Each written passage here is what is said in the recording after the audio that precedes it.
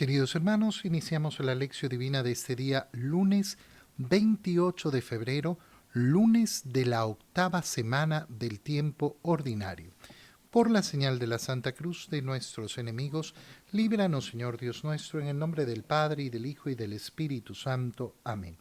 Señor mío y Dios mío, creo firmemente que estás aquí, que me ves, que me oyes. Te adoro con profunda reverencia, te pido perdón de mis pecados y gracia para hacer con fruto este tiempo de lección divina. Madre mía Inmaculada, San José, mi Padre y Señor, Ángel de mi guarda, interceded por mí. En este día, lunes de la octava semana del tiempo ordinario, ya faltándonos tan poquito para iniciar el tiempo de Cuaresma, leemos en la primera lectura la primera carta del apóstol San Pedro, capítulo 1, versículos 3 al 9. Bendito sea Dios, Padre de nuestro Señor Jesucristo, por su gran misericordia, porque al resucitar a Jesucristo de entre los muertos, nos concedió renacer a la esperanza de una vida nueva, que no puede corromperse ni mancharse, y que Él nos tiene reservada como herencia en el cielo. Porque ustedes tienen fe en Dios. Él los protege con su poder, para que alcancen la salvación que les tiene preparada y que Él revelará al final de los tiempos. Por esta razón, alégrense aun cuando ahora tengan que sufrir un poco por adversidades de todas clases, a fin de que su fe, sometida a la prueba, sea hallada digna de alabanza, gloria y honor el día de la manifestación de Cristo. Porque la fe de ustedes es más preciosa que el oro, y el oro se acrisola por el fuego.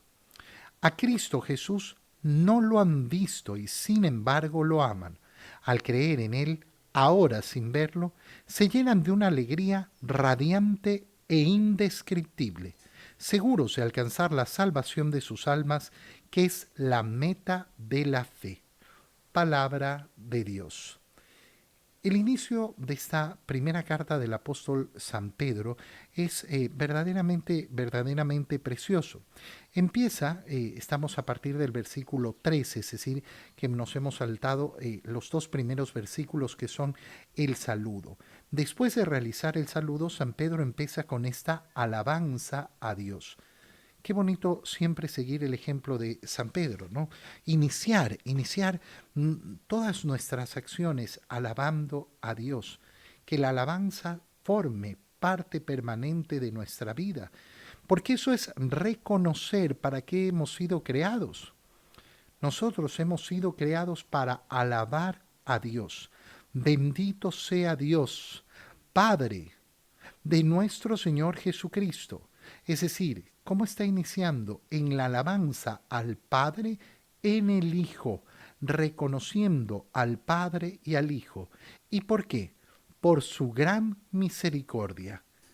Alabado sea el Padre en Jesucristo por su enorme misericordia, porque al resucitar a Jesucristo de entre los muertos, nos concedió renacer a la esperanza de una vida nueva. Esta es la esperanza que mueve el corazón del cristiano, la esperanza de una vida nueva que ha iniciado justamente en la resurrección de Jesucristo, el centro de nuestra fe. Recuerda que no tendría ningún sentido nuestra fe si no creyéramos que Cristo resucitó de entre los muertos. Si nosotros proclamáramos que Cristo murió en la cruz, pero no hablamos de su resurrección, entonces nuestra fe no tendría ningún sentido. La nueva vida a la cual nos invita el Señor está dada justamente por esa resurrección, y por ella podemos renacer a la esperanza de esa vida nueva, que no puede corromperse ni mancharse y que Él nos tiene reservada como herencia. Oye, qué hermoso, está empezando la carta de San Pedro y lo que hace de inmediato es poner nuestro corazón en la esperanza más grande, en la esperanza final, por tanto, en la última y única esperanza, es decir, la de participar en la resurrección de Cristo para entonces vivir de una manera nueva, ¿Cuál es esa manera nueva de vivir? Donde no hay corrupción, donde ya no puedo mancharme, ya no va a haber pecado, el pecado ha sido vencido. Yo en la vida eterna no podré pecar, no podré corromperme, es decir, mi cuerpo no se deteriorará, no enfermaremos, no moriremos. Esa es la herencia del cielo, esa es la herencia de la vida eterna, vida maravillosa en el Señor. Porque ustedes tienen fe en Dios. Él los protege con su poder. Fíjate bien, cuando una persona anda buscando la protección de Dios, pero no la busca desde la fe, sino desde el exterior. ¿Cuántas personas se llenan de talismanes y de objetos? No, esto es lo que me protege. Ten mucho cuidado. Oye, una persona efectivamente puede cargar consigo la cruz, puede cargar la cruz y es un signo de protección. Pero si yo no tengo la cruz y tengo la fe, estoy igualmente protegido. Esa protección que me dará la cruz, esa protección que me dan las imágenes, esa protección que me dan las medallas, está basada en la profundidad de nuestra fe. Ahí donde no hay esa fe, entonces no hay absolutamente nada. No hay nada que valga la pena, porque ustedes tienen fe en Dios. Él los protege con su poder. ¿Para qué? Para que alcancen la salvación que les tiene preparada y que Él revelará al final de los tiempos.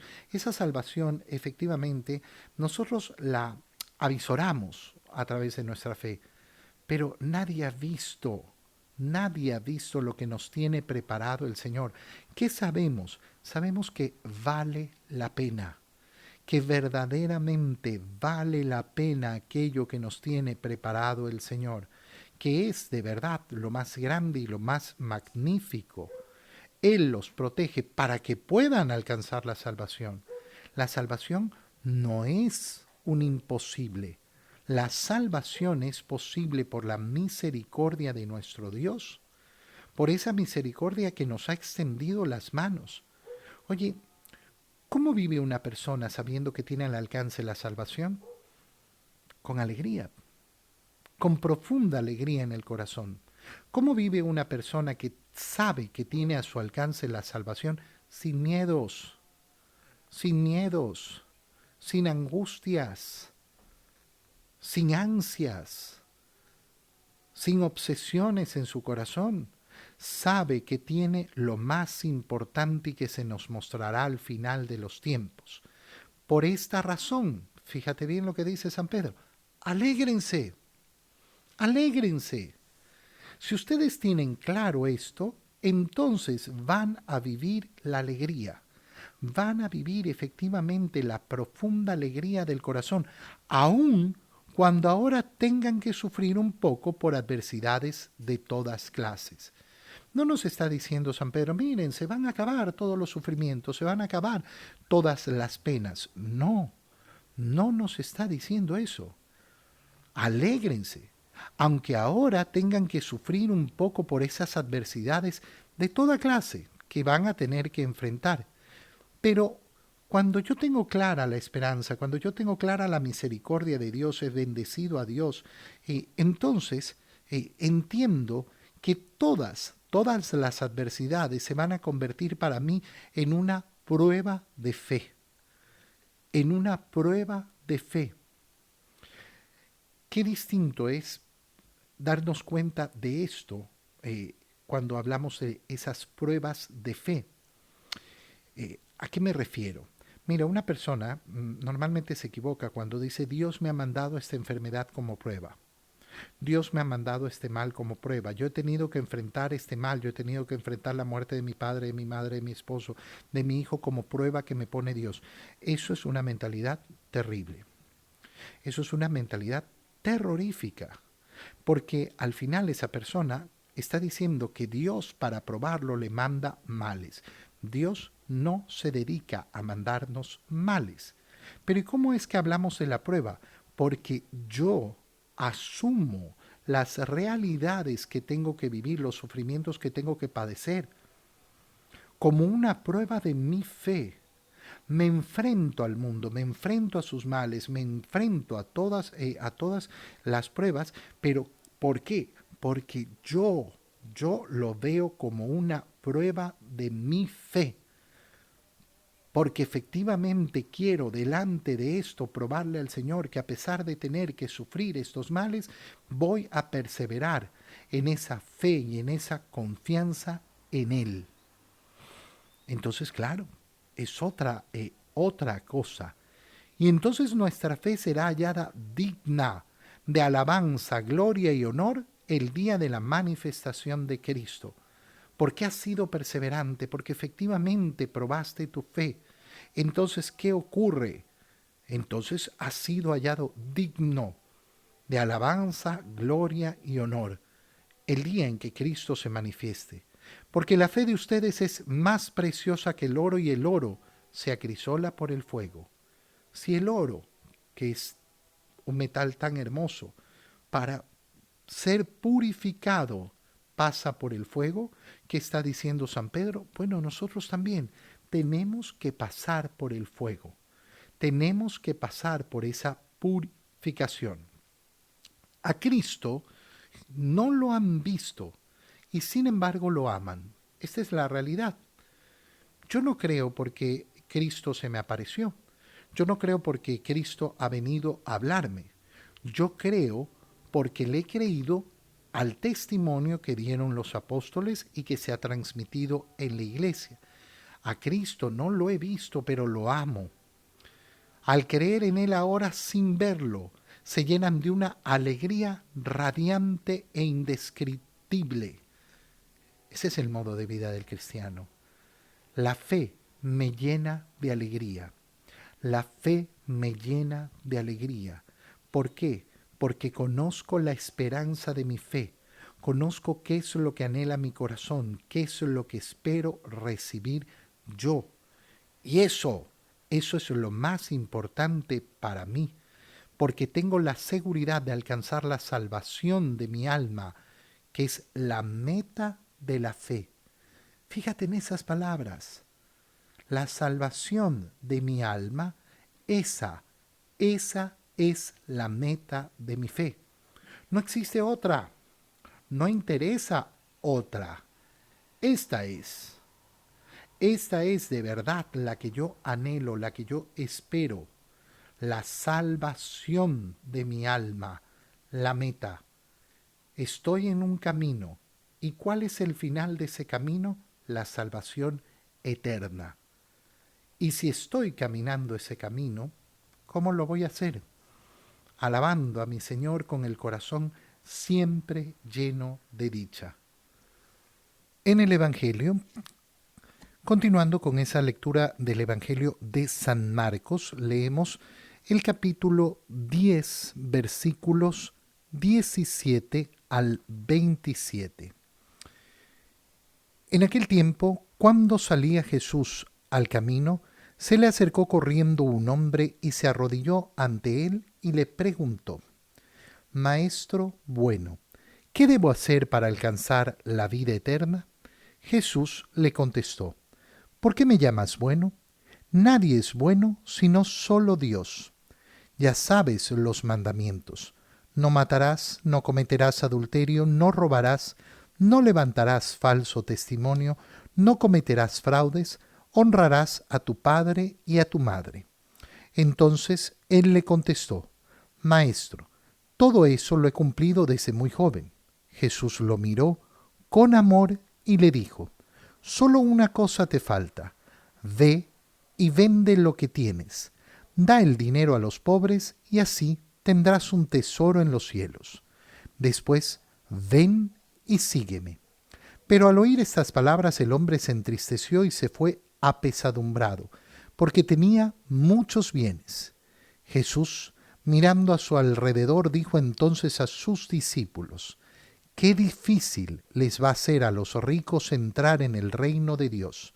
Los discípulos quedaron sorprendidos ante estas palabras, pero Jesús insistió: Hijitos, qué difícil es para los que confían en las riquezas entrar en el reino de Dios. Más fácil es a un camello pasar por el ojo de una aguja que a un rico entrar en el reino de Dios. Ellos se asombraron todavía más y comentaban entre sí. Entonces, ¿quién puede salvarse? Jesús, mirándolos fijamente, les dijo, es imposible para los hombres, mas no para Dios. Para Dios todo es posible. Palabra del Señor.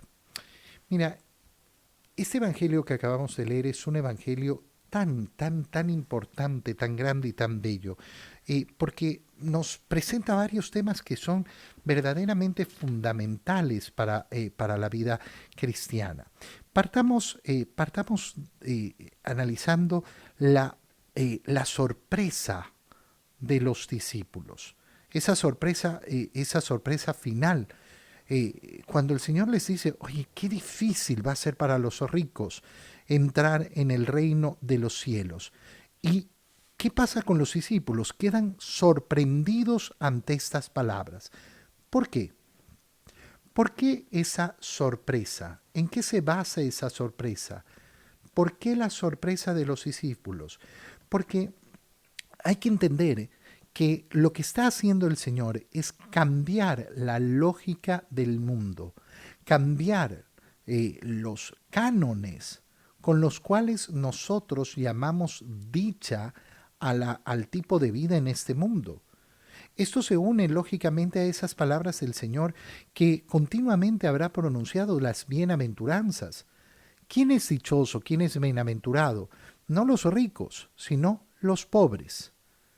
Y claro, esto es una locura. ¿Por qué? Porque si tú preguntas en el mundo, ¿qué prefieres? ¿Dónde crees que está la dicha? ¿En la pobreza o en la riqueza? ¿Qué va a contestar la gente? ¿Qué va a contestar el mundo? Lógicamente que ser rico y por eso el afán de tantos seres humanos de constantemente estar buscando esa riqueza. Bueno, el Señor nos muestra la lógica del mundo no es la que funciona. Tenemos que cambiar nuestra lógica. Tenemos que hacernos a la lógica de Dios. Hacernos nosotros a la lógica de Dios. Bueno, volvamos ahora sí al inicio de este Evangelio de San Marcos. Estamos en el capítulo 10. Salía Jesús al camino y se le acerca corriendo un hombre que se arrodilla ante él. Fíjate qué bonita escena. Es una escena verdaderamente preciosa. Este hombre tiene prisa por encontrarse con el Señor. No lo quiere dejar escapar. ¿Quién tiene prisa de encontrarse con el Señor? Aquel, lógicamente, que tiene anhelos de ese encuentro, aquel que tiene anhelos de ponerse delante del Señor. Esa prisa que nosotros tenemos que tener por vivir junto al Señor. Qué bonito es cuando reflexionamos, por ejemplo, ¿qué es lo que le ocurre a una persona que está en pecado mortal y no busca la confesión inmediatamente? Bueno, que no tiene esa prisa, no anda corriendo para encontrarse con el Señor. Ese hombre tiene esa prisa. Qué bello. En segundo lugar, se arrodilla ante el Señor. Le muestra la reverencia que es debida. Es decir, que el punto de partida de este hombre es sumamente bueno. Sumamente bueno. Es un hombre que tiene piedad. No es un hombre, por tanto, que se dedica a hacer el mal. No. A veces nos imaginamos que simplemente se trata de plantear los buenos y los malos. No es tan sencillo, no es tan limitado, además, el modo en que tenemos que ver las cosas. Este hombre tiene cosas maravillosas. Se arrodilla y le pregunta, Maestro bueno, ¿qué debo hacer para alcanzar la vida eterna? Ese es un hombre que, además, tiene una preocupación por lo esencial. Lo esencial no es conseguir esto o aquello en este mundo, sino alcanzar lo que verdaderamente importa, la vida eterna. Eso que hemos hablado tan profundamente en la primera lectura de la carta de San Pedro. Pero la respuesta del Señor viene bastante particularizada. ¿Por qué? ¿Por qué me llamas bueno? Nadie es bueno sino solo Dios. ¿Qué le está diciendo el Señor? Algo muy sencillo. Oye, si tú has venido corriendo, si tú te has postrado delante de mí, te has arrodillado delante de mí y me has llamado maestro bueno, ¿qué estás reconociendo? Estás reconociendo delante de quién estás. Bueno, el Señor de alguna manera lo que le está anticipando es lo que va a suceder después. Lo que le podríamos decir a este hombre es, oye, pero si llamaste a Jesús como bueno, reconociéndolo como maestro, ¿cuál es el paso sucesivo que tiene que venir? Hacerle caso, hacerle caso, obedecerlo, obedecer lo que te dice. Si verdaderamente es la sabiduría de Él la que buscas, entonces le harás caso. Y de ahí Jesús lo que empieza a decirle es los mandamientos. ¿Por qué el Señor comienza a nombrarle los mandamientos? Bueno, le comienza a nombrar los mandamientos para sacarlo de la posibilidad de que esté buscando simplemente la novedad. Hay un nuevo profeta, hay un nuevo enviado, hay uno que está haciendo milagros. Yo voy a buscar cuál es la novedad. La novelería. El Señor saca inmediatamente las novelerías. Aquí no hay novelería. Tú conoces perfectamente los mandamientos para alcanzar la vida eterna. Pero llama la atención que el Señor comienza a nombrar los mandamientos que se refieren al amor al prójimo. No toca los 3 primeros mandamientos que se tratan sobre el amor a Dios. Y entonces le dice, no matarás, no cometerás adulterio, no robarás, no levantarás falso testimonio, no cometerás fraudes, honrarás a tu padre y a tu madre. Todos los mandamientos son referentes a qué cosa? Al amor al prójimo. Qué bonito, muy bien. Y entonces este hombre le contesta, maestro, todo eso lo he cumplido desde muy joven. Jesús lo mira, y lo mira con amor, nos dice el Evangelio. Lo mira y lo ama.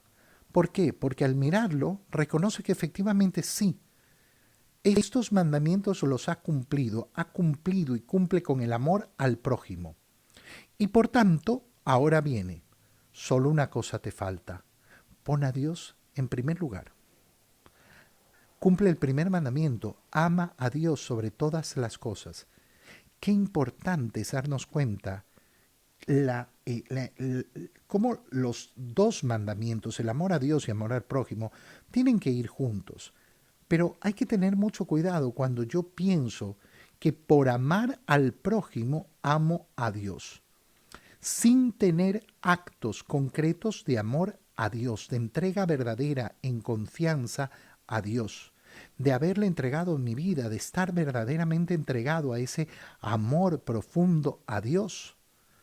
Oye, pasa tantas veces, a mí me pasa tantas veces preguntarle a la persona, oye, ¿tú estás seguro que amas a Dios? ¿Qué haces por amor a Dios? Bueno, yo soy bueno con los demás, yo atiendo, yo soy caritativo, y yo le tengo que decir, oye, pero esos son actos de amor al prójimo. Esos actos de amor al prójimo, ¿sabes quién los hace? También una persona que no cree. También una persona que no cree. Y por tanto que no tiene ningún interés en amar a Dios. Una persona que no tiene ningún interés en amar a Dios puede amar muchísimo al prójimo y ser una muy buena persona, pero eso no lo hace una persona de fe. Y no lo hace, lógicamente, amar a Dios. Solo una cosa te falta, ve y vende todo lo que tienes, da el dinero a los pobres. ¿Qué vas a conseguir con eso? Inmediatamente vas a conseguir un tesoro en los cielos. Te vas a olvidar de esa lógica de andar teniendo tesoros en este mundo. Vas a poner tu corazón en la confianza absoluta de Dios. Después, ven y sígueme. Oye, este hombre podía haberse convertido en uno de los grandes discípulos del Señor. Podía haberse convertido en uno de los grandes anunciadores del Evangelio. Pero al oír estas palabras el hombre se entristeció y se fue apesadumbrado. Y nos dice el Evangelio porque tenía muchos bienes y es incapaz de renunciar a ellos. No logra renunciar a esos bienes. No logra poner su corazón donde tiene que poner su corazón. Se queda atrapado entonces en las cosas de este mundo. Jesús mira a su alrededor y mira a su alrededor, ¿por qué? Porque les quiere mostrar a todos los que están alrededor, a sus discípulos, la consternación. Ustedes han escuchado la gran invitación que le he hecho a este hombre y este hombre no ha aceptado esta invitación. ¿Por qué? Porque tiene su corazón amarrado a las cosas del mundo. Y entonces les dice, qué difícil va a ser para los ricos entrar en el reino de los cielos, y los discípulos se sorprenden. ¿Por qué? Porque no entienden esta lógica. ¿Cómo puede ser? Si para los ricos va a ser difícil, y esto es lo que nos va a llevar justamente a ese final que es tan precioso en este evangelio. Les vuelve a repetir, hijitos, qué difícil es para los que confían en las riquezas entrar en el reino de Dios. Para aquellos que confían en las riquezas, para aquellos que tienen efectivamente su confianza puesta en las cosas de este mundo. Cuando hablamos de las riquezas, no hablamos de esa vida de lujos, jets, yate, no. Confiar en que yo voy a ser feliz porque tengo lo que necesito para saciar mis apetencias, mis necesidades. Y viene una comparación extraña. Más fácil es a un camello pasar por el ojo de una aguja que a un rico entrar en el reino de Dios. Lógico, ya la imagen de un camello pasando por el ojo de una aguja es absurda, no pasa. Es imposible. Hay muchos exégetas que han buscado el significado de esta expresión. Dicen que una de las posibilidades es que existía una puerta para las ovejas por las que no pasaba un camello. ¿Por qué? Porque era una puerta en Jerusalén pequeña para que pasaran solo las ovejas que iban a ser sacrificadas en el templo. Y no podía pasar entonces un animal como el camello, un animal más grande. Hay otros que hablan de un corredor entre dos montañas que se llamaba el ojo de la aguja, por el que no pasaba un camello. Podía pasar solo un hombre, pero no podía pasar con el camello. Da lo mismo, da exactamente lo mismo. ¿Por qué? Porque se entiende con facilidad. Se entiende que es algo sumamente difícil, complicado, imposible, tener nuestro corazón confiando en las riquezas y pretender entrar en el reino de los cielos. Ellos se asombraron todavía más y entonces comentan entre sí. Entonces, ¿quién? ¿Quién puede salvarse? Si un rico que tiene todos los bienes, todas las bendiciones de este mundo, que tiene a su alcance todo lo que necesita, le va a ser difícil, entonces, ¿quién podrá salvarse? Y aquí, lo más importante de este Evangelio, el desenlace tremendo y maravilloso. Para los hombres es imposible. ¿Por qué es tan importante esta palabra? Porque son muchas las corrientes en el mundo, corrientes ideológicas, corrientes filosóficas, corrientes religiosas, que confían en la autosalvación y promueven la autosalvación. Oye, hoy en día la gente está tan fascinada con el coaching, el coaching. Y muchos de los coaching que se ofrecen tienen escondido justamente una idea de autosalvación. ¿Qué necesito yo para alcanzar la dicha, la felicidad? Me necesito solo a mí mismo. Yo puedo solo, yo puedo conquistar el mundo, yo puedo conquistarlo todo. Bueno, esto es algo terrible. Para los hombres es imposible alcanzar la salvación, pero para Dios, Dios es el que nos ofrece la salvación. Por eso aquel que rechaza los regalos de Dios, que rechaza los sacramentos, que rechaza esa vida de gracia, que rechaza la palabra de Dios, no conoce el camino de la salvación. Yo no me puedo autosalvar, yo tengo un Salvador, que es Jesucristo. Te doy gracias, Dios mío, por los buenos propósitos, afectos e inspiraciones que me has comunicado en este tiempo de lección divina. Te pido ayuda para ponerlos por obra. Madre mía Inmaculada, San José, mi Padre y Señor, Ángel de mi guarda, interceded por mí. María, Madre de la Iglesia, ruega por nosotros. Queridos hermanos, que tengan todos un feliz día.